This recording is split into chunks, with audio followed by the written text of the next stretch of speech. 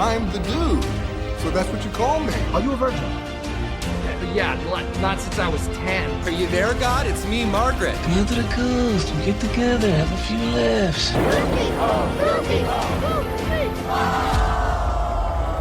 Gentlemen, you can't fight in here. This is the war room. Can I return it if it doesn't fit? It always fits. Eventually. Welcome back, Movie Minglers. I'm Caveman. And I'm Maggie. And we are doing our 20th episode today. We're in the 20s now. Which is amazing. Congratulations on 20 episodes, honey. Congratulations. It went by so fast. This really has felt like we have done so much. It's been a lot, but at the same time, 20 is everything to be very, something very accomplished about it. First of all, we're, a little around a third of the way done, a little under a third of the way done. It's exciting because, a lot of podcasts, don't last 20 episodes. No. I've had friends start podcasts that last maybe 5 at the most. It's not easy, especially doing weekly. It's not an easy thing to do, and I'm very proud of us for doing it, so well done. And hopefully our listeners out there can tell there's a bit of an audio change. Yeah, somebody got real fancy with the setup, and it wasn't me. I'm having a little fun buying a couple different pieces of equipment. Both of us finally have headphones to wear. Which is weird. It's weird. Nice. Can really hear everything now. Everything. Including... Yeah, if you hear that, that's Maggie fanning herself. We are in mid-June now. Yeah, it's getting warm out. It's getting warm. And then having to close up the entire, our entire home completely. Yeah, all the windows are closed, the fans are off, just so they don't make extra noise in the background. So if you hear a little thwarp of a fan, I promise it's just me trying to cool myself down. It's going to be a sweaty summer. Oh, it's going to be such a sweaty summer. And then, with the kids getting out of school soon, too, it's going to be... Oh, wow, your chair is very squeaky. Yep. Everything's going to make noise. Everything's so much louder now. Okay, well, so this is the first... Stop it. Sorry. This is the first episode with our new setup, friends. So if we seem a little gagged by that, that's what's going on. But we'll get used to it, just like we've gotten used to everything so far these days. Yeah, and for episode 20, we're doing WALL-E. WALL-E. Our second Pixar film. Our most beloved boy. I have a lot of feelings and emotions and history surrounding WALL-E that I can't wait to get into. This is going to be a bit of a spoiler alert, but I fucking love this movie. Yeah, and, big spoiler. Big spoiler. Yeah, I just think the world of WALL-E. I think it might genuinely be my favorite Pixar film to have ever been made so far. Yeah. I can't think of one that tops it. Well, we're not to my favorite one yet, but we'll get there, and I'm not going to spoil which one is my favorite. But I think I know. Ooh. So we got WALL-E. WALL-E was directed by Andrew Stanton and was released in 2008, same year that our last episode came out, was The Dark Knight. Yeah, which is... sort of beautiful that both these movies came out the same year. 2008 was a good year for film. And Iron Man. We've said that before. I love the fact that Iron Man was 2008, along with so many other great movies. We also got, real quick about Andrew Stanton. He also directed both Finding Nemo and Finding Dory, and A Bug's Life, and one of my favorite sci-fi awful awesome films, which was John Carter. Actually, God, you know what? I don't think I've seen John Carter since the day we saw it in theater, right? And I remember it just being terrible. I remember it being terrible as well. But over the years, I've really enjoyed rewatching it. Yeah. And then we've talked about the guys from the Chexicans, Heroes Reforged before, and they absolutely love John Carter, especially Hector. Oh, Hector. Hector Navarro, my sweet love. And after listening to some of their positive things they had to say about it, I went back and watched it again. I'm like, you know what? It is a fun movie to watch. Even though Taylor Kitsch, the guy who doesn't act anymore. Shockingly, he wasn't even a cardboard cutout or a shoe. He was just somehow there. Which I think wasn't he also the lead? Wasn't he also the lead for Battleship? Or was that the guy from Avatar? See, Yeah, they all like, look and sound and I never act saw alike. So, Battleship, so... but that doesn't matter. In WALL-E, Andrew Stanton has his first ever live action shot that he ever films, which are the scenes with Fred Willard. Was that done by him or That the was- assistant director for the live action? According to IMDb, Okay. it was his first time ever filming anything with an actual, like with a real actor on a real set, versus because everything else he'd done beforehand has been animated. The credits were confusing. They just showed a director for live action segments, and it wasn't him. But maybe. but maybe that was just an assistant director, and I just read it wrong. Yeah. But either way, We could go digging, but we're not going to.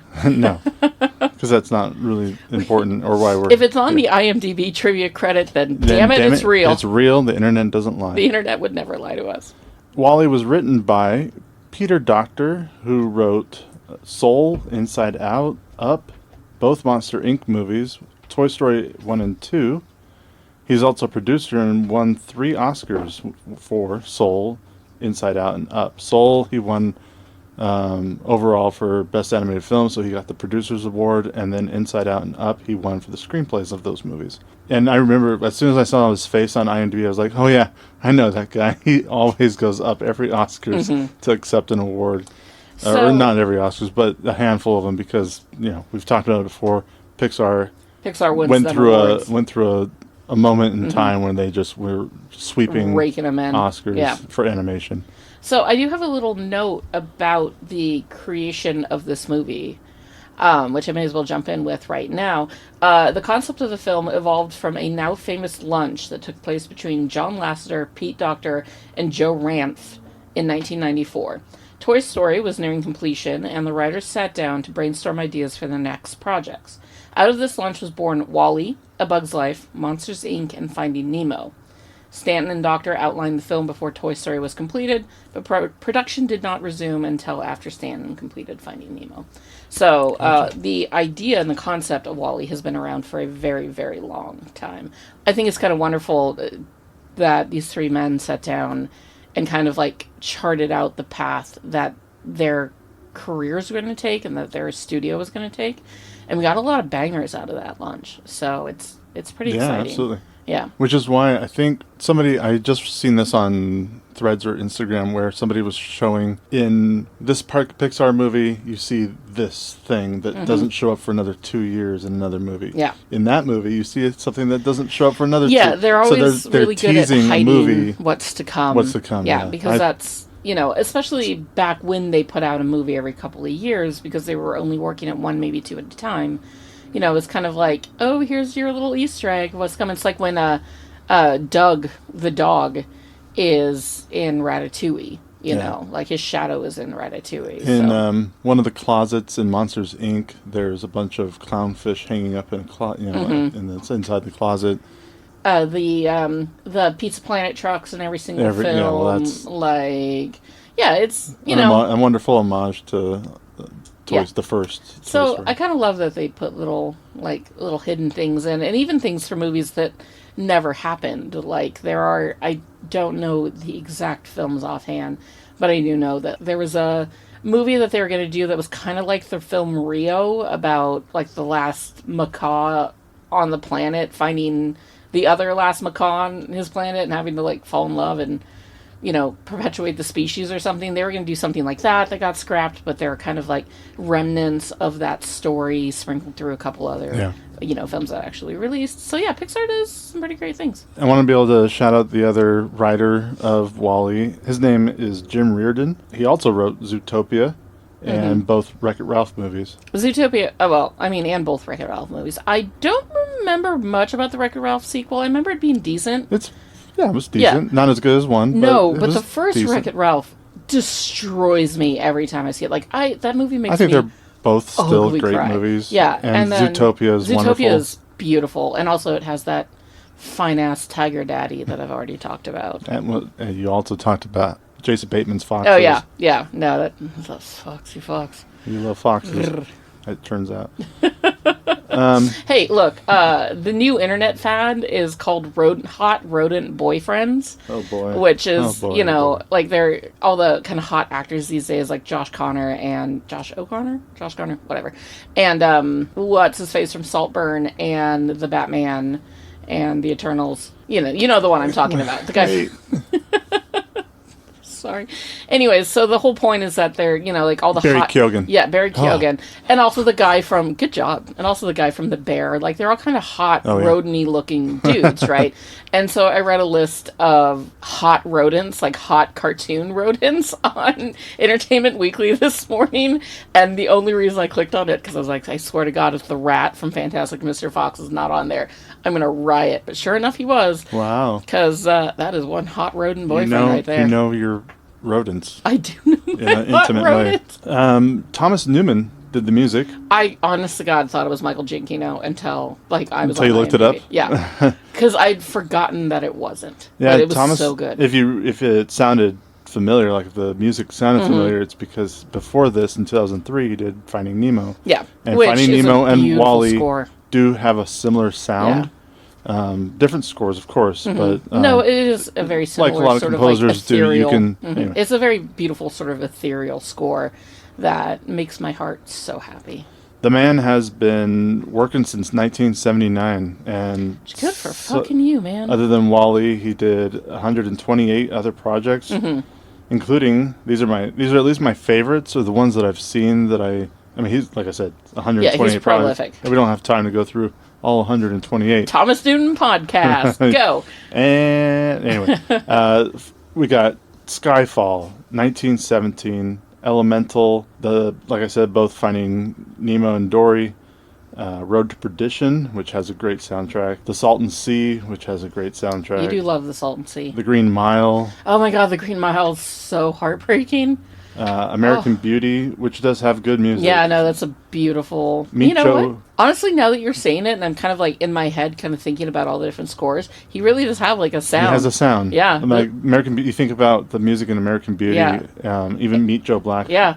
And lastly, I was going to say Scent of a Woman, which I've never seen, have always wanted to, but... I've seen it in passing, and that, I mean, like, my mom, I remember very vividly my mom watching it as I, like, came in and out of the living room as a teenager. You know, like, what are you watching? Scent of the Woman? And I'd, like, spend 10 minutes watching it and then wander off. Chris O'Donnell is pretty good in that movie. Chris O'Donnell and Al Pacino. Al Pacino. I always wanted to watch Scent of a Woman because the director also did Midnight Run, Beverly Hills Cop, and Meet Joe Black. You do love Meet Joe Black. I do. I've watched, it's a long movie, and I've watched it probably a dozen times. That's a movie that, when we started dating, lovely listeners, Caveman was like, I need you to watch this movie. I mean, we both came into this relationship as big movie buffs, and we both came into the relationship with movies that the other person, like, had to watch. Sure. And for Caveman, Meet Joe Black was definitely on that list. And then for me, it was like The Blues Brothers and It's Mad, Mad World. So, I mean, the list obviously were a lot longer than those three films, but still, like, I remember him sitting me down and being like, we're going to watch Meet Joe Black. And I was like, over the years, there have definitely been movies where, wait, you haven't seen that one? Yeah. Sit down, shut up, here we go. What was the one the other day that you were like, oh, you've never seen 1941? I have never seen 1941. World War II comedy that has not aged well. It didn't age well in the 90s when I was watching it. And so I think that if we were to watch it today, it'd be more cringe than anything. I'm sure it would, but there's... Oh my God, there's so many funny parts. I really like Steven Spielberg, and I would like to... The cast. He's got so many movies that he's done. Oh my God, the cast is phenomenal. I've said it before, it's easier to keep up with a new director who's just starting out than go to a director who's been around for decades and try to catch up on everything they've ever done, which I just don't have the time. No, but we will make it a point to watch 1941 together soon. Probably very And the movie I discovered that you had never seen that was also done by Steven Spielberg was Jaws. I have never seen Jaws. Yeah. So this is something that needs to be corrected. Yeah, and we'll work on that. Maybe a one bonus day. episode. It'll be one day. Yeah. We'll get to it. As you may have known, WALL-E is certified fresh on Rotten Tomatoes. I can't imagine Big why. surprise. Yep. with a 95% from critics and 90% with audiences. Only 90%? Yeah, I wouldn't be surprised if it has something to do with... This was the first Pixar movie that really didn't have a lot of dialogue. Yeah. It was very just watch the beauty. And I think maybe kids and audiences probably just weren't... Yeah. I mean, 90% is still high. You know, so this movie came out, obviously, when we were adults, and I don't know... We've watched it with our kids, I think. I think they've both seen it the boy. once. Yeah, at the very least. It's not not that replayable kind of movie that Disney... Them. Not for kids. No. And not for our kids. Finding Nemo was a big movie for our firstborn to watch again and again. And again, just over and over. And Wall-E never fell into that sort of thing with them. They were never like, put on Wall-E. It was, it was Finding Nemo, it was The Muppets, it was Cinderella and The Little Mermaid. A ton of other films. But you're right, Wall-E is I think kind of maybe a harder film for kids. I guess I can't say I haven't been a child for some time. But I can see why it would get a 90%. I also could see some people being upset with the way that humans are portrayed in this film. But we'll get to that. We'll talk about that as well. Wall-E was made for $180 million, which is $5 million less than The Dark Knight. Wow. I mean, I guess it kind of helps that their top two characters aren't famous actors. Wall-E and Eve were not voiced by... No, not voiced by big names. No. The movie made $532 million worldwide, which isn't bad for an animation. That's pretty great. And another $170 million on physical media. Which makes sense, because I know that we went out and bought it right away. Only 1.5 million of that went to Blu-ray sales of the 170. Wow. So the rest was all DVD. Yeah, that's a lot of DVDs. That's a lot of DVDs. Yeah. 2008. It did win an Oscar for Best Animated Film. Yes, which, how could it not? It went up against Kung Fu Panda and another film that, I remember that year, and I was like, Kung Fu Panda better not win. Yeah, right. Because Kung Fu Panda is like a fun movie. It's a fun movie. Wall-E is a piece of art. Right. That was my feeling going in too, because Kung Fu Panda is a fine movie, and I know people love that series. And the first one especially was a lot of fun.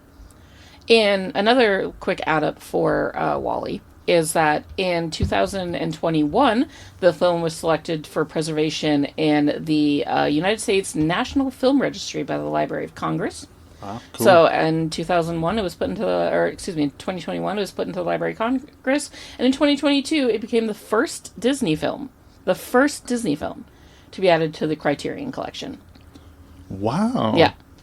Which is what year quite did that impressive. get put into the Criterion? 2022. Wow, first one. Yeah. Of all Disney's. Of all Disney's projects that they've... I would have expected, a classic, like Sleeping Beauty or... right, or Cinderella. Snow White. Yeah. Something that put Disney on the map. Mm-hmm. Well, I mean, Wall-E is such a beautiful film. And it might be because... I know the Criterion Collection prides itself on preservation, but also quality of the film. But also quality, but I'm just saying, maybe they couldn't get to, Cinderella or Snow White because they don't have, the highest quality of prints, if that makes sense. Sure. Wall-E was made... But I think there are, restorations that have now been... Well, maybe they're working on it, but I think it's pretty cool that Wall-E was the first. That's cool. I good job, Criterion. Good job, Wall-E. The Library of Congress makes total sense. They pick a handful of films every year. It's harder to get into the Criterion than it is the Library of Congress. It is a lot harder, especially for Disney, apparently. Especially for Disney, yeah. So the cast, like you said, was not like an A-tier kind of cast. We've talked about this when we did Ratatouille. And compared it to a movie like Surf's Up, where they were using big cast names. And look at Kung Fu Panda. It's got Jack Black and Angelina Jolie as their two main... Jackie Chan. Yeah, it's a huge film with huge voice actors. Big names. And the top 4 people on IMDb for this film are Playing Wall-E, we've got Ben Burt, who was, if you don't recognize that name, he has been a sound guy forever. Yeah. And if you don't know who Ben Burt is at this point, why are you listening to this podcast? he created Chewbacca's sound. Yeah, he created all this sound effects for Star Wars. He even created Yoda's voice, which I know Frank Oz. actually did the voice, but Ben Burt is also credited for helping with that process, getting Yoda's voice. Yeah, Ben Burt has done 1,000 projects. He is a true Hollywood master at sound effects. Yeah, sound effects, not even voice acting. So, for the longest time, and even still, but for the longest time, if you had an animal in any sort of animation film, it was Frank Welker. And these days, it's D. Bradley Baker, who is the voice of both Perry the Platypus and all the clones in the Clone Wars. There are these prolific guys in Hollywood that do incredible things on everything that you love. Ben Burt is one of them. Not only did he do voices and do sound, but he was also the editor of Star Wars episodes 1 through 3. Ooh. I saw that and I was like, really? The editor? We might need to talk to him about some of those choices. I really like half of his career. Yeah, the sound stuff's great. The sound stuff's great. Thank you for Chewbacca's roar. And the lightsaber noise. And everything. Everything you've done for Star Wars. This is just for Ben Burt. Thank you, Ben Burt, for everything you've done. Well done. Yes, We great job. Alyssa Knight played Eve.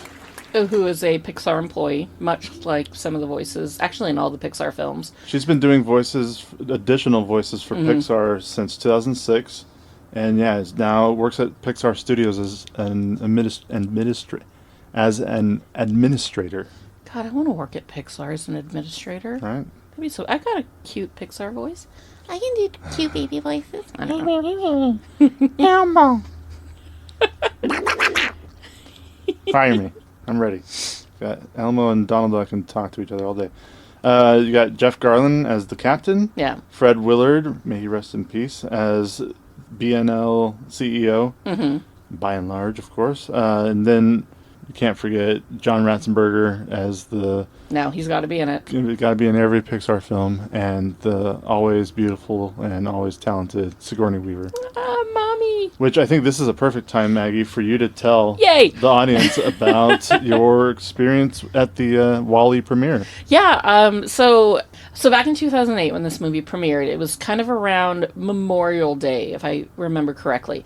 And it was a 3-day weekend. It was a holiday weekend. And my friend Christy, called me up and went, hey, do you want to come to a premiere with us tomorrow night? And I went, a premiere? Like a movie premiere? And she went, yeah, a movie premiere.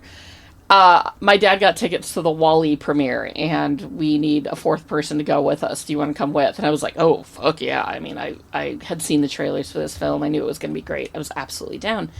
It turns out that Disney had sent a bunch of tickets to local Southern California Army bases for the premiere because, they wanted to support our armed forces and give them something kind of special to take part in.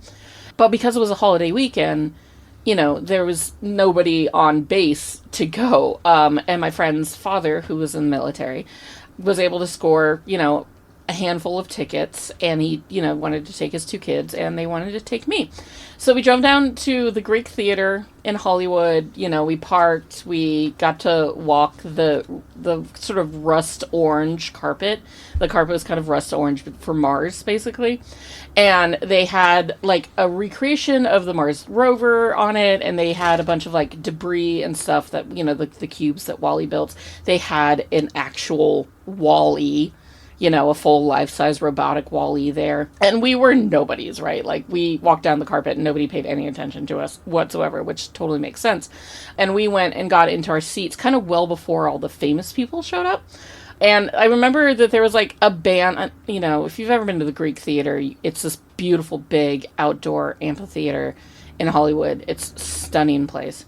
And there was a band playing in the corner who I could not tell you who they were, but we were thinking that they were whoever had been like the big thing on American Idol at the time. I saw so many famous people in the crowd. I mean, I got to see John Ratzenberger walked past me.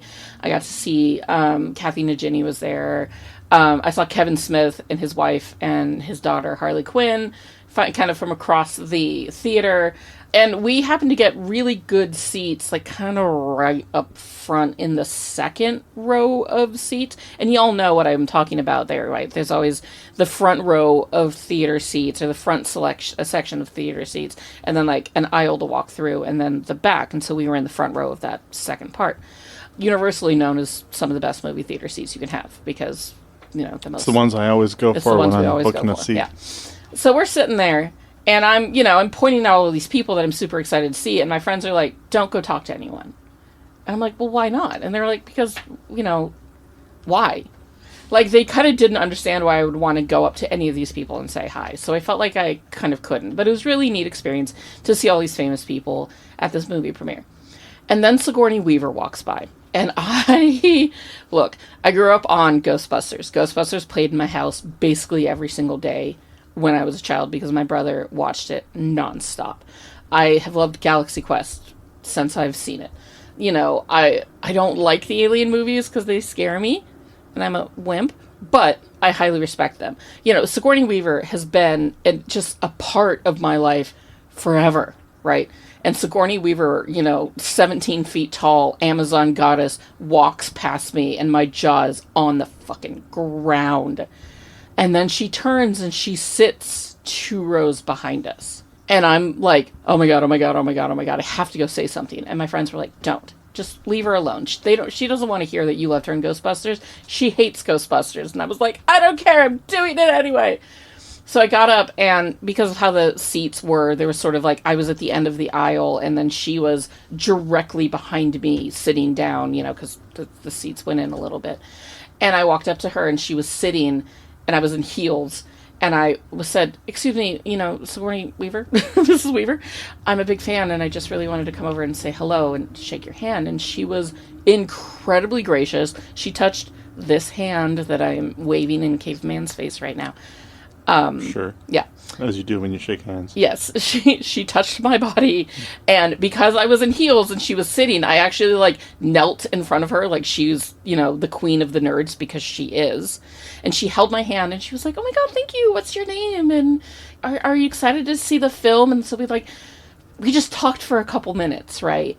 And I was just like, I've loved you since I was a kid. I've been a huge fan for a really long time. I just had to come up and say that I adore you. And she was like, thank you so much. That's really sweet. I appreciate hearing that. What do you know about this movie? And I was like, next to nothing, but I'm very excited to see it. She's like, oh, I can't wait to hear what you think about it. You're going to love it. Right. So we had a little few-minute conversation. I returned to my seat. I am floating above my seat because I've just touched the queen of the nerds, Sigourney Weaver. And then we watched the movie, and it was incredible, and I cried the whole time. And she's the voice of the computer, right? She's an active voice of this film. And I could hear her laughing behind me because she was, 6 feet from me. I could hear her laughing at sometimes. And I was just very self-conscious that Sigourney Weaver was sitting behind me watching a movie. And so when the movie ended and everybody was getting up and kind of working their way out of the venue, I kind of had to stop because her husband was standing and he was sort of in my way from exiting down the stairs. And so Sigourney looked at me and she went, so what did you think? And I went, oh my God, I loved it so much. And she's like, I knew you would. I'm so glad you liked it. And I was like, you did a great job. It's so beautiful. I'm crying, And she was just like, oh, I'm so glad. And just the most gracious, lovely human being I've ever met. And again, just floated out of the Greek on cloud nine. I can't tell you, I remember seeing Brad Garrett there, and I remember seeing, people, famous people at this thing, but I kind of only remember Sigourney Weaver because, she was incredibly gracious and kind. So yeah, that's my Wall-E movie sort of trivia, is that I got to go to the premiere, and it was absolutely awesome. It was the second movie premiere that I went to. We also got a chance to go to the X-Files sequel film. I think it was called the first one's called Fight the Future. I don't even remember what the second one's called. It's an absolute abortion of a movie. We did get to go to that premiere and actually see the movie inside with the stars, and we sat next to the alien bounty hunter while we watched the film. The terrible, terrible movie that was, and I'm not surprised that everybody in the cast kind of fled the movie theater as soon as it started because it was dog shit. But it was still a very fun day with friends. And yeah, I've shaken Sigourney Weaver's hand And I will never let anyone forget that. I'm jealous because Sigourney Weaver and Michelle Pfeiffer are two of my favorite actresses from the 90s. Oh, yeah. I mean, like, major 90s crushes. And I don't know what I would have done if I got to shake Sigourney Weaver's hand. I did find a kind of blurry picture of Sigourney Weaver at the premiere of WALL-E, in the outfit that I remember her wearing. So I will be posting that on our social medias when the time comes. And I'll be like, I touched this woman on this day. So WALL-E opens up with Put On Your Sunday Clothes from the musical from 1969, Hello, Dolly. Mm-hmm. Which I've never seen. Never seen it. Nope. I know it has Barbra Streisand in it. Mm-hmm. That's about it. Also, Walter Matthau. Walter Matthau, yeah. I like the music from it. Mm-hmm. I mean, the music that they used for this movie was very pretty. Very and cute, hearing Wally whistle the theme. My God. The movie kind of starts off with just showing you how bleak and empty and humanless and lifeless the planet Earth has become. Earth has been left behind, just a shit ton of trash, just so much. Huge piles that are taller than the skyscrapers in the cities, and, everything's got the By and Large logo on it, which is, for the fact that it was 2008 is kind of funny because, like, Disney itself has become a bit of a By and Large these days. Disney has. We've got places like Amazon. Amazon is totally one. I think when I Walmart to an extent. I think when I first watched By and Large, I was comparing it to, or when I was first watching WALL-E, I was comparing By and Large to places like Walmart and Costco. Those huge buildings. But now it's like Amazon. Yeah, definitely. Disney. Disney, of course. Yeah. And, just these kind of conglomerate places. And, we're introduced to Wally, just the sweetest, softest, most perfect little himbo to ever exist. He is so pure. Wally is as pure than the undriven snow. That little sweet man deserves the entire world. He deserves the whole world to be at his fingertips. And that's kind of what it is, because he's the only one there. It's just him and his little cockroach friend. Hal, that's the name of the cockroach. Hal. And, he just goes about his day doing his job, which is compacting trash into little cubes and then using those cubes to kind of build up big towers of trash, essentially. And because he's been going at it for so long by himself, he even passes at one point kind of a Wall-E graveyard of all of his other robot brethren who were long since stopped working. It's just Wall-E, and he collects cute little things, and he's, after years of being alone, he's kind of developed a sentience, a bit of a soul. It's really beautiful to see him. The montages of, like, Wall-E discovering things are so precious and cute. But this is his life, day in and day out. As he wakes up, he gets some sun and some energy. He goes about, collecting trash and stacking trash, and then he goes home to his little, his little truck that he lives in that's absolutely filled with clutter and things and organized. Collectibles. He's an organized, it is a very organized hoarder. Yeah. Yes. He's got 18 to 73 different By and Large lighters, and he's got spare parts to fix himself with, which kind of makes you wonder, how much of the original Wall-E is still working there. No, I get it. Like how much of Wall-E's actually, especially by the end. So many parts of him were replaced. And that's the thing. He started off, we'll get there, but he kind of started off of just being back to a Wall-E robot and not less Wall-E. Yeah, less sweet boy. Wall-E with all that great personality. And so he's just kind of a lonely little guy. He just wants to find somebody that he can hold hands with. He's obsessed with watching Hello, Dolly, and he likes the dancing. In fact, he even saves a hubcap so that he could use it as a straw hat in one of the dance scenes, and he dances around his little home. It's so sweet. This is Pixar's first and last time they've ever used live action in a movie. I can't off the top of my head remember any other time that Pixar has used live action actors and elements in its movies. other than this. But we could be very wrong, and the internet does not seem to be helping us. So if you feel like we have gotten this factoid wrong, please let us know at movieminglepod@gmail.com. You know, when I was reminded when Wally goes to the roof of his little shack in the morning, because he's all drained, and I love how, because he's drained of energy, he's acting like he just woke up and can't move around. Yeah, it's very much like stumbling like somebody towards a coffee pot. But as soon as he gets outside and recharges, it makes the noise that Apple computers made.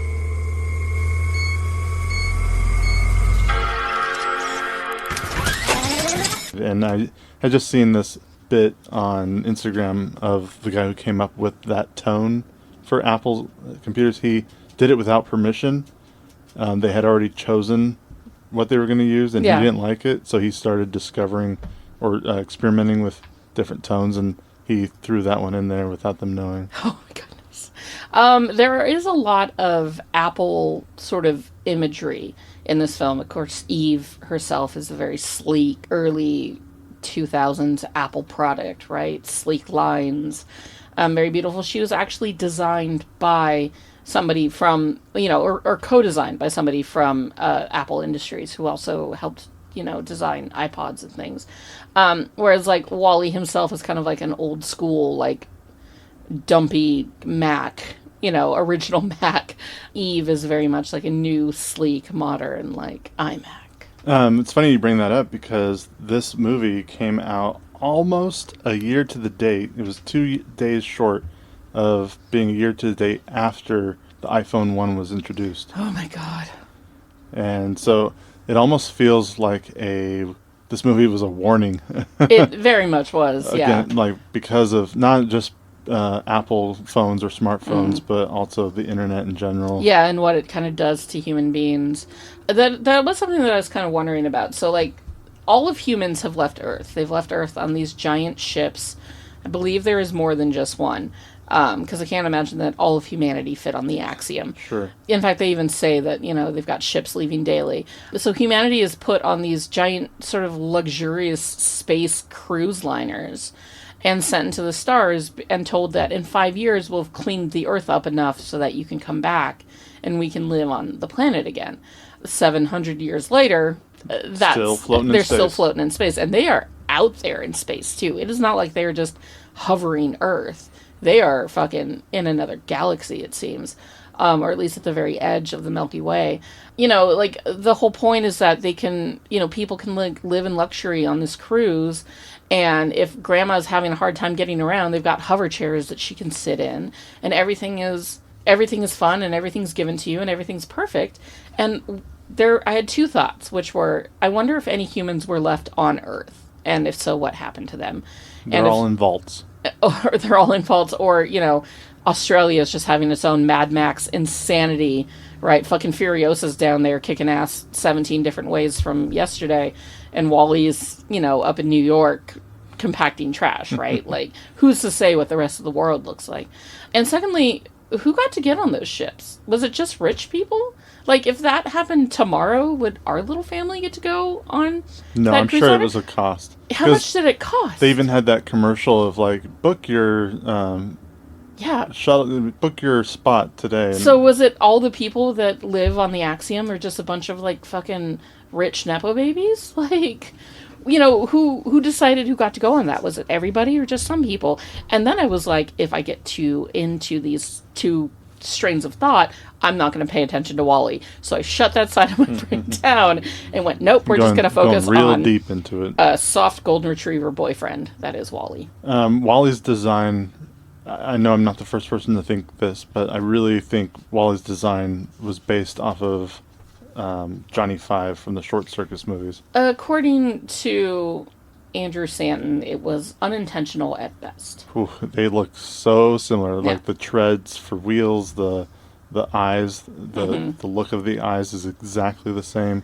Johnny Five is just a little bit taller. I personally hate Short Circuit. Oh, I love Johnny. Of course, I haven't seen it since I was very young. very, very young. Yeah. And I know, there's controversy with Fisher Stevens' character. Mm-hmm. For me, for that movie, it was one of those films that like my dad and my brothers would put on and they loved, but I was always just like, this is a boy movie, I don't like it, meh. Then I'd go in my room and play with my dolls or listen to Robin Williams on vinyl, which are two drastically different things, but I did both of those things as a child. It makes so much sense that you would watch or listen to that rather than playing with watch it. Yeah.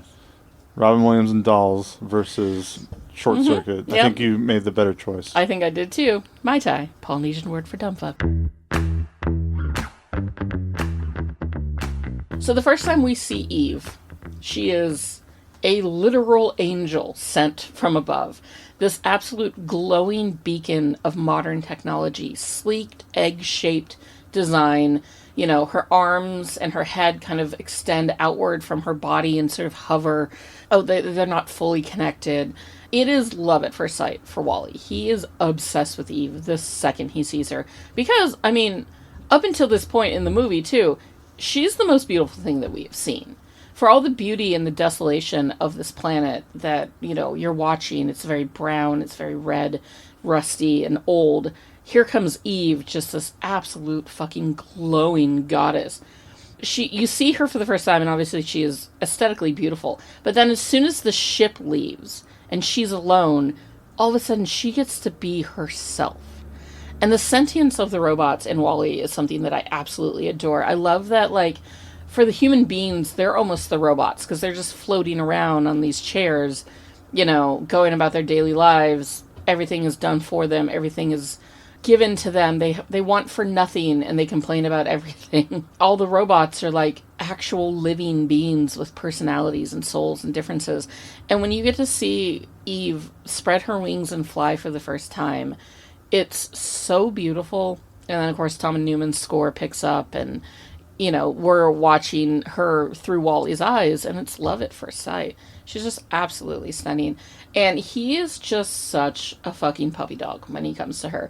Like, he is desperately, utterly in love with her. And I would like to know what Wally would look like as a human being, because I think he'd be this big sort of brick of a guy, kind of broad shoulders, big broad body, who's just hopelessly dorky, utterly very, very little brains, very smart, but somehow very few brains between his ears. You know, a very smart, smooth brain.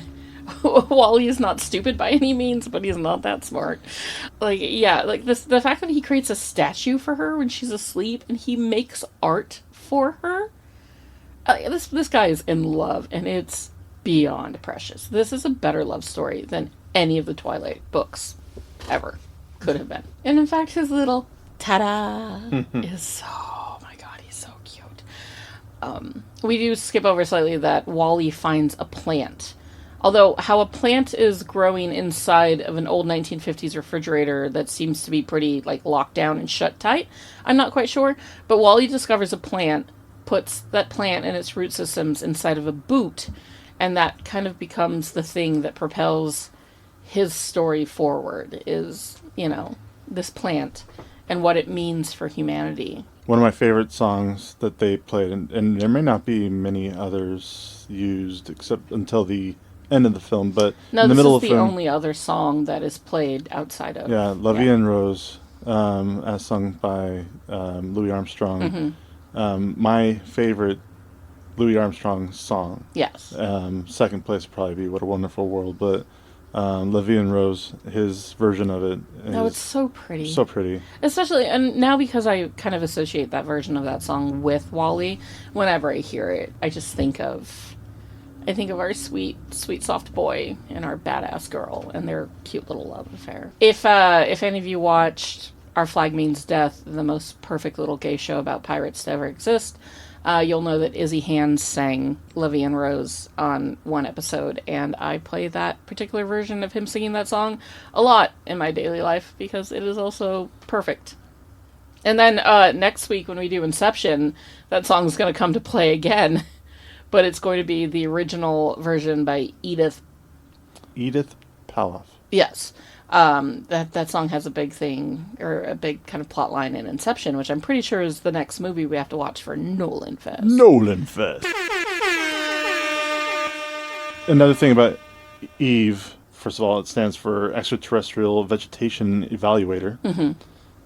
She also, she's very much like the Terminator in the beginning. The way she slowly goes around scanning things, the environment looks like you just replace some of that garbage with human skulls, and it's very Terminator-esque. And then there's the moment with when the dust storm is coming through and they have to escape. It reminded me, even though it reminded me when Wally grabs grabs her hand and says, "Come with me if you want to live," pulling her into safety. You know, I noticed that we both wrote down the moment that he grabs her hand because, you know, up until this point, one of the things we know about Wally is that he wants to hold somebody's hand. Right. You know, he wants to hold his lover's hand, which is so sweet. And, you know, this giant dust storm comes by and Eve is lost and she's screaming out for Wally. And so he grabs her hand, and that's the first time they actually do hold hands. But it's more of, you know, safety and necessity, and not love. Romantic. Yeah, and he leads her back to his little home and then shows her all of his treasures, which she proceeds to break a lot of. Which, that really bothers me as a kind of like a collector. As a collector. And just all the shit I have. Some of it I do really like. And if people come over and they want to like handle stuff, I'm like, oh, don't touch that. Oh, put it back. Oh. Well, especially like my kids' friends when they come over and they start being a little nosy and a little curious. Yeah, you're like, I'm like, hey, look with their hands. Could you stop? I know that's a toy, but don't touch it. Yeah, no toys for kids. Well, you know, but she also she doesn't understand her strength. No, I get why she does it, but and still hit me. You're like, damn it, he loved that egg beater. He loved it so much. or the especially the VHS tape that she starts taking the tape out of it. Starts to unravel, and his little panic about trying to get it. I love how he rewinds it because we all know how to rewind a VHS tape if you don't have a VCR at the moment, and just. No, we don't all know that, Caveman. You and I know that. It's true. Some of the babies listening here don't know what a VHS is. They wouldn't know how a pencil is the perfect tool if you ever have a cassette tape that's unwound. Some things just generations. Or how to record over a VHS movie. That already has the tabs broken off. Yeah. The things we know. And things we know don't matter anymore because they don't make them anymore. Yeah. I wouldn't be surprised if VHS kind of had a resurgence. There are still VHS collectors. Yeah. I mean, sure, new movies aren't sold on VHS, but... I mean, like, I have a young friend that collects CDs, and I'm just like, why? I have a small VHS collection. It's mainly the original Star Wars trilogy, the original Indiana Jones trilogy. A couple handful of, special things. It made me smile when we saw the first time you see the Rubik's Cube, and it's all mixed up. Yes. And the camera pans to the right, and then when it pans back to Eve, she's solved it in short 4 amount of seconds. time. And it made me smile because our son loves solving Rubik's Cubes. Our son is really good at solving Rubik's Cubes. He's really good at it. He's very fast at it, and he's getting faster and faster. And don't understand it. It's funny because he doesn't like me mixing it up. So if it's solved, he hides it, and then I'll find it and re-scramble it so that he has to solve it again. It is funny that he made us buy it for him, and then look, there it is. It's right there. Yep, it's all scrambled. It's all scrambled. It's hiding in a bookshelf right now, but it's scrambled. So He's one gonna day be so upset. One day he'll see it and be like, "Dad."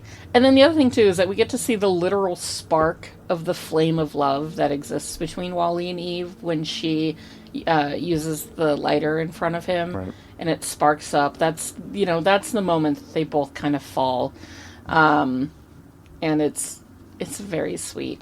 But then he shows her the plan, and her directive is Her directive is to find plants and bring them back to the ship to prove that life is habitable on Earth again. Yes, she is a vegetarian evaluator. Yes. So and so she takes the plant into her body, into a little like stasis bubble, shuts down completely. Now turns back into an egg. Just an egg, yeah. And her?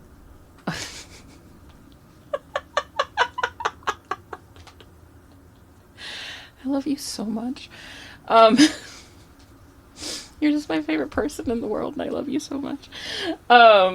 That's a deep cut. It's a deep cut. If you know what the answer is, email us at movieminglepod@gmail.com. His dismay at essentially losing her, especially right when they're connecting. Because up until this point, anytime he tried to connect with her, she was like, oh, this fucking guy.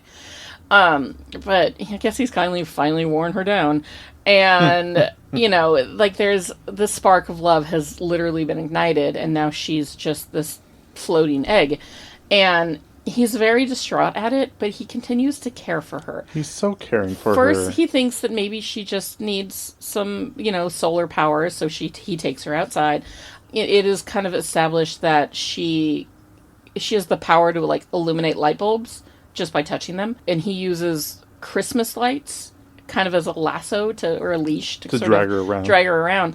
And the lights that are wrapped around her body are lit up, but the lights that are on the cord, that he's holding... that aren't quite touching her. Are not. Which I think is such a cute little moment.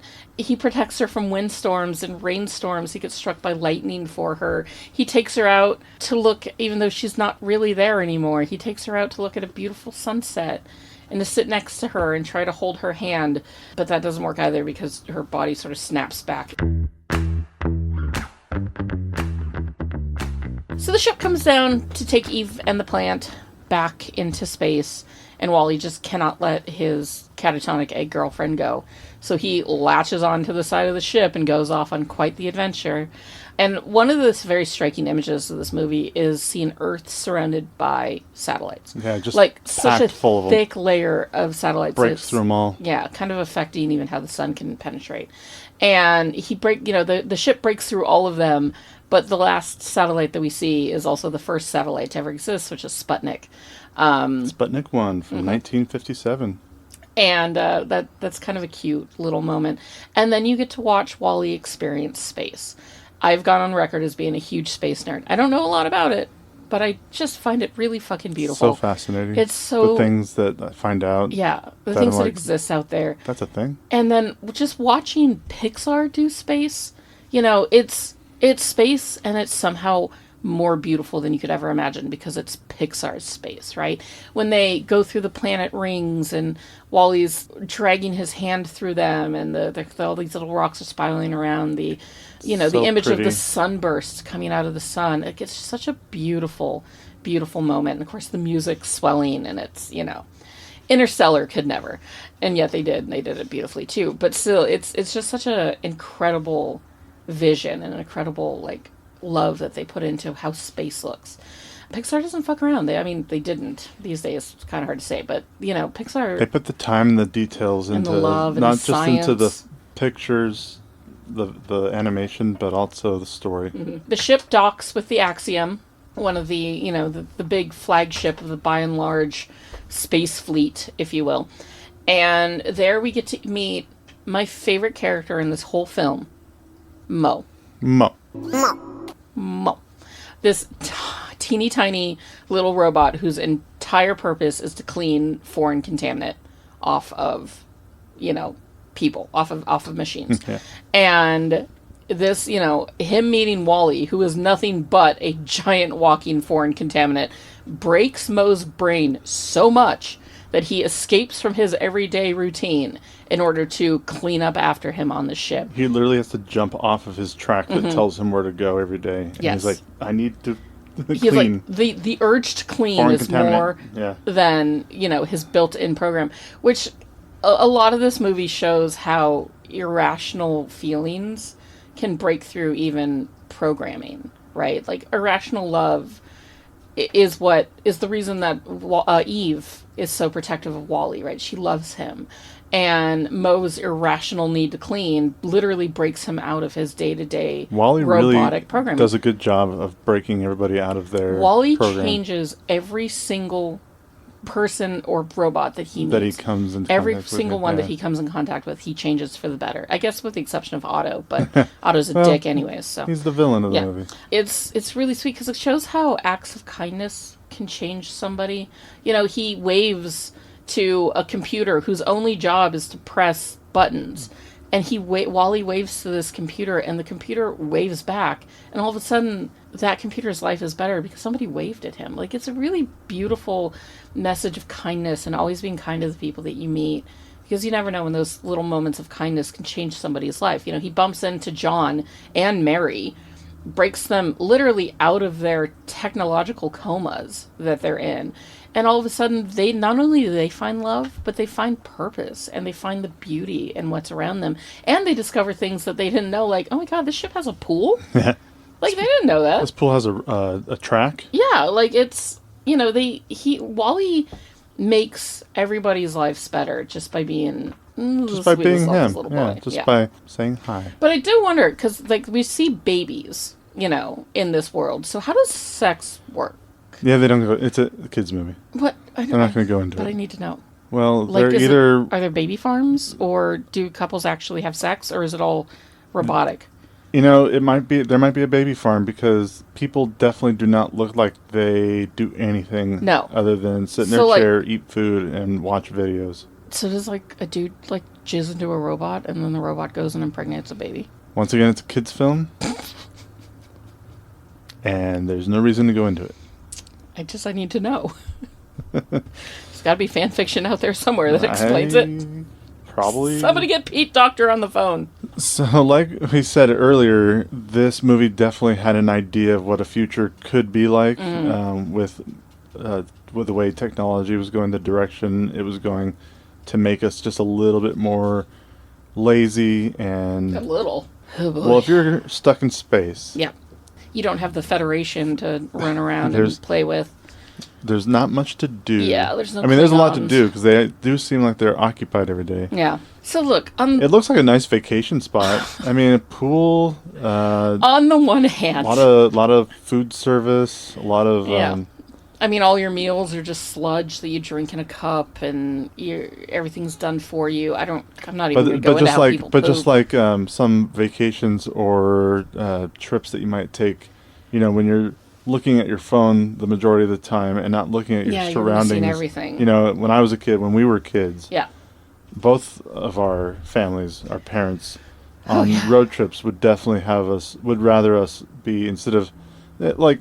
Oh, yeah. There was a lot of times my parents would be like, read a book, and so I'd read a book. But at the same time, also staring out the window. Look out your window, because that's the country going by, and you know, it's not something you get to see very often, especially in the busy... My dad wouldn't let us have any sort of computer games, so like, although my mom smuggled a Game Boy in underneath his nose, like even on long trips, it was still something that we didn't have. Travis was playing with it, and I couldn't. You know, you're kind of stuck staring out the window, and I used to be better at reading in cars when I was younger, but nowadays I can barely, like, if I'm trying to read something to Caveman while he's driving, I get so incredibly nauseous by reading in a car. It's just fucked with me too much. Back in the day, you didn't have... If we took a road trip now, both our kids would be plugged into their phones. Their nose would be in their phones the entire time. And they'd be missing out on sort of the grand beauty of... And they kind of show that when the couple, or at least, the couple are broken... Yeah, when John and Mary are kind of free. Yeah, and they're able to, you know, she's looking out the window into space and just realizing how beautiful the stars are. Yeah. For the first time in her life. Getting to see Wally and Eve dance around and define dancing. It's just an interesting message coming from 2008 about don't let life pass you by because you're staring at a screen. You're staring at a screen or on the internet or whatever you're doing. Which is hard because sometimes you just like to go into your phone and not come out for a few hours, but it's also not the smartest thing to do. I have to admit, on the one hand, like that sort of life looks pretty legit. Like, I would take a week of just floating around. A week, sure. A vacation away from life. But I'd also want good food, though, right? Like, I don't... But we're not in space, so maybe we would get good food instead of sludge. So, like, on the one hand, like, I could see me just accepting that fate and just being one of those giant baby blobs floating around space, not knowing anything about life, and just having everything handed to me. Like, yeah, that kind of sounds nice, but I'm also a clog in a capitalist machine that is slowly killing me from the inside out. And yeah, I would like to take a week off to just not have to think about doing anything, including apparently pooping, because who knows even how they take care of that. Once again, kids movie. I need to know. We're Hey, not gonna go doctor, into tell how they me. poop. But yeah, like, so on the one hand, I'm like, oh, that looks really nice. But on the other hand, truly, in my heart of hearts, I just want to be a hobbit, just in a garden. Now, Hobbit life. I just want. I could easily, if I want could, it so badly. you know, there are these things on Instagram sometimes where they're like, would you live in this house? And it shows like a house on an island surrounded by water, Yeah. or a cabin in the woods. Yeah. It was like, would you live here for a year without the internet or your phone and just live out here For like $500 million for a year? Yeah. Yeah, or, Like, yeah, in a heartbeat. Yeah, in a heartbeat. You don't even have to give me money. No. If just like pay for me to be out there. pay for, you know, the food. Yeah, pay for me to be Yeah. out there. Pay for my time away from work. All the books that we would need to, you know, to homeschool our kids. Just give me books and records, Yeah. and I'd probably have I think I'd have a great year. Oh, God, I'd be so happy. I'd be so bored, and I'd be so happy. I'd take my watercolors and my writing. Yeah. Like, let me take at least a computer so I could, like, type, but it doesn't have to be connected to the internet, right? That's fair. 'Cause I'm like, I don't want to actually handwrite and everything. I mean, the voice would idea was fall also off, to but- break you away from screens, so like no movies or TV, but But why do you get records? take a typewriter. Yeah. Who even uses typewriters Records anyway? records are not a screen. Because you can see yourself in them. But no, I just want the life of a hobbit. I want to be just in a little town with everybody who knows way too much about my business. I want to be in the gardens. I want to be planting potatoes. I want to be chilling with fucking Pippin and getting hammered every night. And it's just socially acceptable to take naps. Like, that's my dream existence. I'm so tired of this world that we live in. And I hope that in the next one I can just go be a hobbit. Or cat. Or cat. Yeah, I mean, producer Robin's got it pretty sweet right now. Something else I wanted to talk about was from the time that since this movie has come out, it's been pointed to that the characters, because they're a little overweight, Yeah. for, you know, their bone density has it's not great because they've been in space so long, but also they don't do anything. No. They sit in a chair all day looking at a screen, eating food. Yeah. So personally, I don't think this movie was body shaming or fat shaming. No. I think they're showing you what happens when all you do is sit in a chair looking at a screen, Yeah. eating a bunch of food. It's more And don't cause and not exercise. effect. It's- Or effect and not There's cause. definitely Maybe some mental and physical health issues going on in this spaceship. Yeah. But I don't think any of it was just like, It wasn't done out of cruelty or malice. no. I think it was just, Like, this is what could this happen. is what happens. And I think that obviously, people did take umbrage with that. I do remember that being a big thing when this movie came out. People were like, oh, how dare they make fun of me and my existence? And it's like, that's not the point. They're not making fun of you. They're They're not just making pointing fun. out that, like, if human beings It's were... not the healthiest thing. Yeah, like, this isn't healthy, and this is what human beings would come to if everything was just easily handed to you. Sure. Right? Like, you have to put in the effort yourself if you want to change, which... It's a lot of work.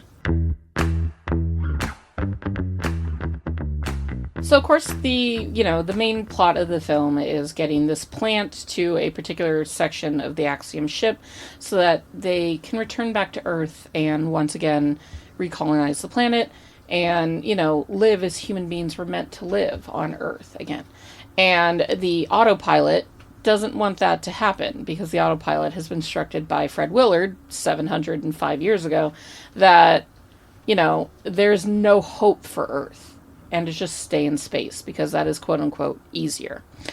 There's a lot of morality there and there's a big discussion that we could have about that, but ultimately, if we really wanted to talk about population control and quelling and how old could you get on the ships and then how are babies made anyway, blah, blah, blah, blah, blah, blah.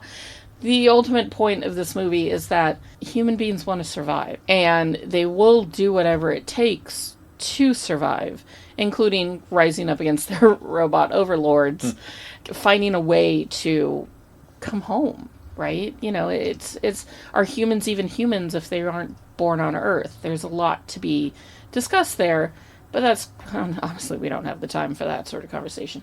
And and none of it really even matters anyways, because when Wally sits down on a chair and pulls his little treads up with his hands and wiggles them waiting for Eve to sit down next to him, it's the cutest thing in the world and I can't stand it. So yeah, it's the themes and the morality of Wally are very interesting and they are very beautiful, but ultimately this movie is also about love and the way that love and acceptance and kindness can change people. It hurts my soul when Wally gets hurt. And Wally gets hurt. That poor boy gets the shit kicked out of him a couple of times. One of my favorite scenes in the movie is when the giant Wallas, which are the giant Wallies on the space station that are there to do the exact same thing, which is to compact trash and shove it out into space, which that's such a human being thing to do. She's like, oh, we've got all this trash. Where are we going to put it? Space.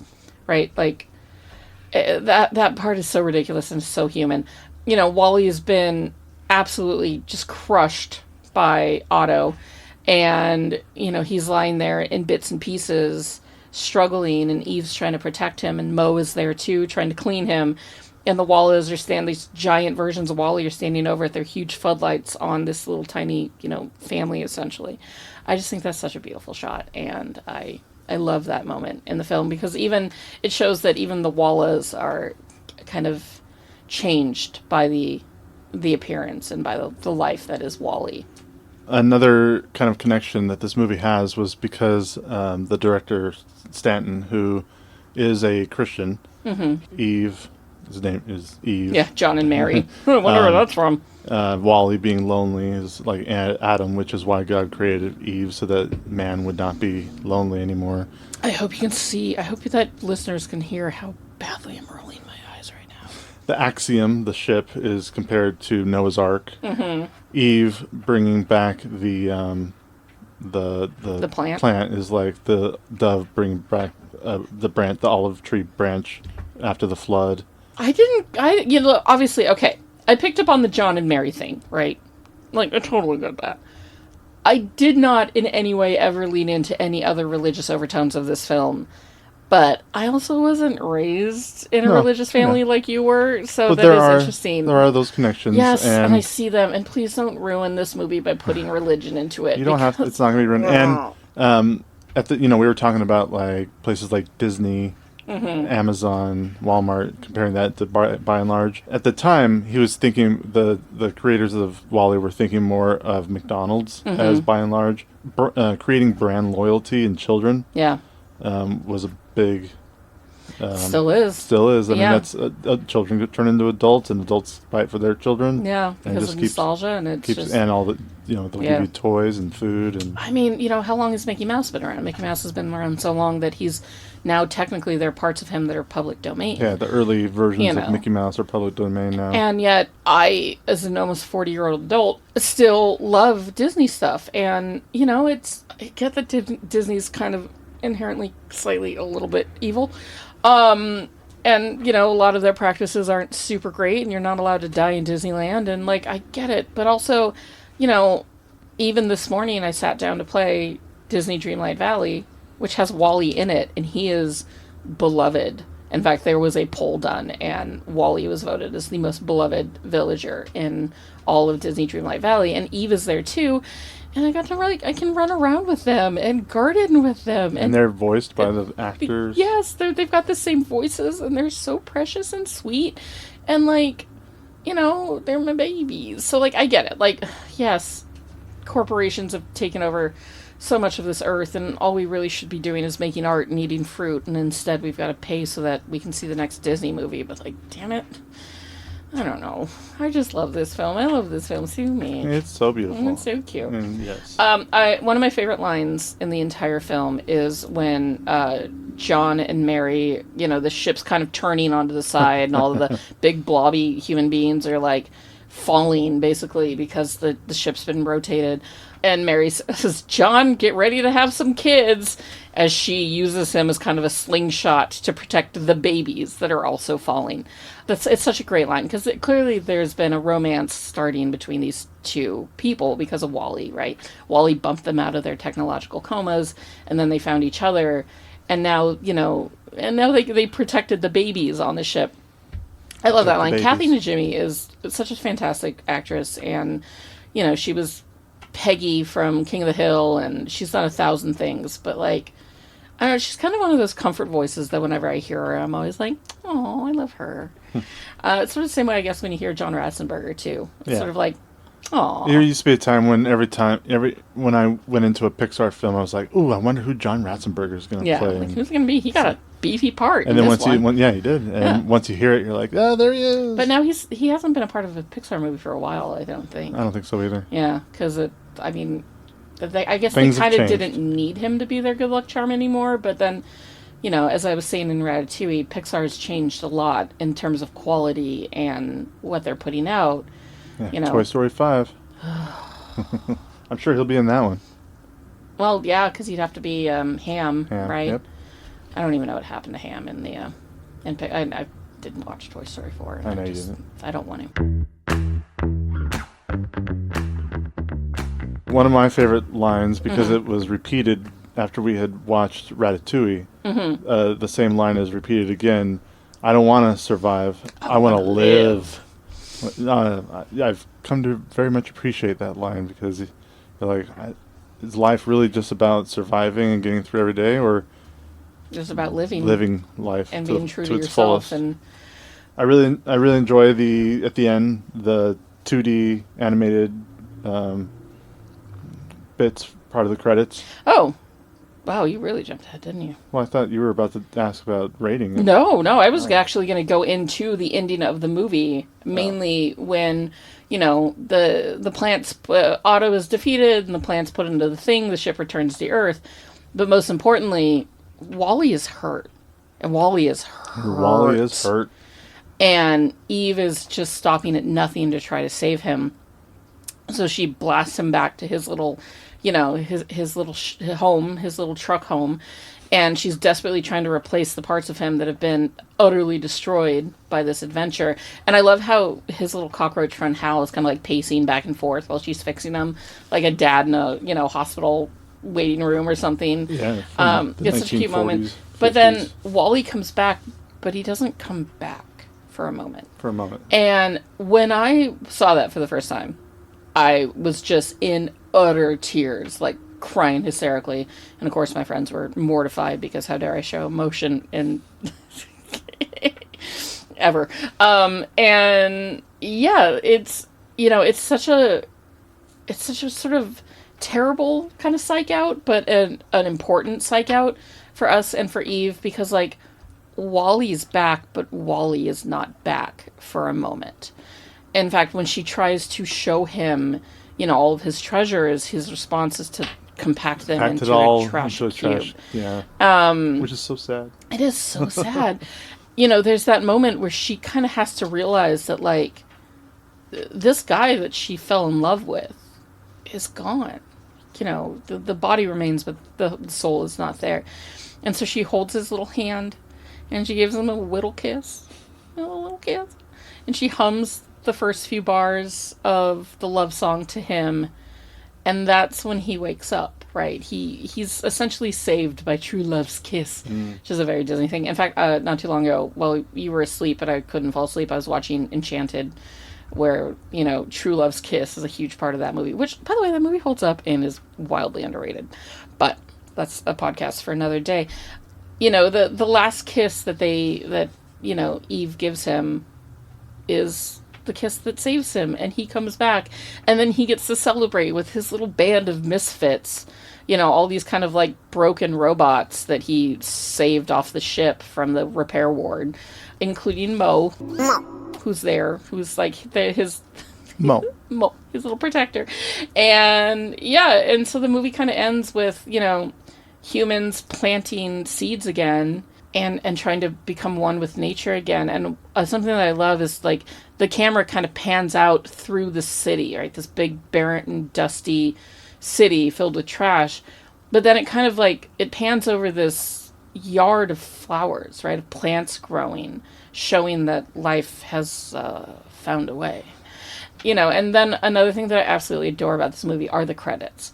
How they start, it shows the history of what happens to the people that have returned to Earth. I guess it shows the future of what's going to happen to the people that have returned to Earth through past art history.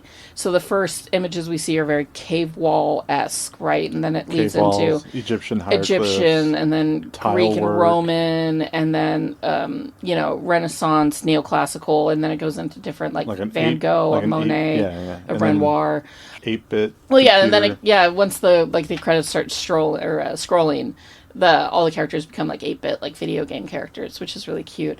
I don't think that you realize it until you see it, because you see like fish a couple times in the credits, but one of the first shots of an animal that you see in this entire film is in the credits, and it's this beautiful bluebird that's painted in like the style of Monet. And it's right there, giant on screen, right? And you don't realize that that's the first time you've seen an animal, basically the whole film. Short of like the fish that they're pulling out of the river that are like little sketches. Here's the first proper animal that you see the entire film, is this gorgeous bluebird. And then the bluebird flies away and you see Wally and Eve in a beautiful field of flowers, and that's when the credits start to scroll, and I'm giving myself goosebumps talking about it because it's such a beautiful thing. Like this, you don't realize that you don't really see any animal, I guess the cockroach, but animals and insects and blah blah blah, and also cockroaches are the fucking worst, and we've had our own experiences with those little bastards. They do live forever, them and Twinkies. It is a beautiful film. It is absolutely one of my all-time favorite movies. Do you have any other thoughts that you want to talk about? Oh no, I also liked that the movie not only does it end with all that great 2D animation, but then you also get Peter Gabriel's Down to Earth, which makes sense. Down to Earth, here we go. And also, it was pointed out on the IMDb trivia that the song itself starts as very much just one man singing, and then it ends with a whole chorus, right, of like kind of earth music. Yeah. And chanting and choirs and shit, which is kind of cool because again it's kind of an allegory, right? Or it shows the path that humans are now taking now that they're back on Earth, and it makes me wonder if the other ships are going to come back too. And as much as I don't want a sequel to WALL-E because I think it's a perfect story, I do want to know some answers as to how life on the ship works. I don't think the sequel is going to show you how they have sex. I want to know. And B, like I have nothing but hope. This movie is so hopeful, and I think that's why it's so dear to me, because I do love a good hopeful story, especially like a nice, succinct, like hour 45 movie that is just perfectly charming and lovely and beautiful and hopeful, which I guess leads into the ratings. Yeah. If you're ready for it. I'm ready. No shocker here. I give this movie 5 stars. I would give this movie 6 stars. This is such a beautiful film. Not only for my memories of getting to see it, how I got to see it for the first time, of watching it with you in theater, of, just how beautiful it is. Like, I love WALL-E. So yeah, it is top 5 stars. What about you? 4.5 for me. That's fair. I love this movie. It's done so well. It looks great. The music's great. What's preventing it from getting a 5-er? The story is fun to follow, but it is a little lacking. Yeah, a little lacking, but it's still beautiful to see these two robots, and it's like a silent film almost to me, which is great. I love silent films, but yeah, it just doesn't quite have the element that I really like about Pixar films or even animated films. Yeah. But I mean, 4.5 stars is still it's still very high. Great. I respect the hell out of that. There are certain Pixar movies where the stories are just so much more, and the music's so much more. Yeah, like Coco, for instance, I know, so good. Like that's a story and that's music, right? But for me, the hope of WALL-E and the beauty of WALL-E is in the love and kindness, and I think it's a beautiful message to take away from it. Is small acts of kindness can change lives, and love, irrational love, can change the world. So, Maggie. Yes, Caveman. I have 2 questions for you. Get it. Would Oscar Isaac have made this movie better?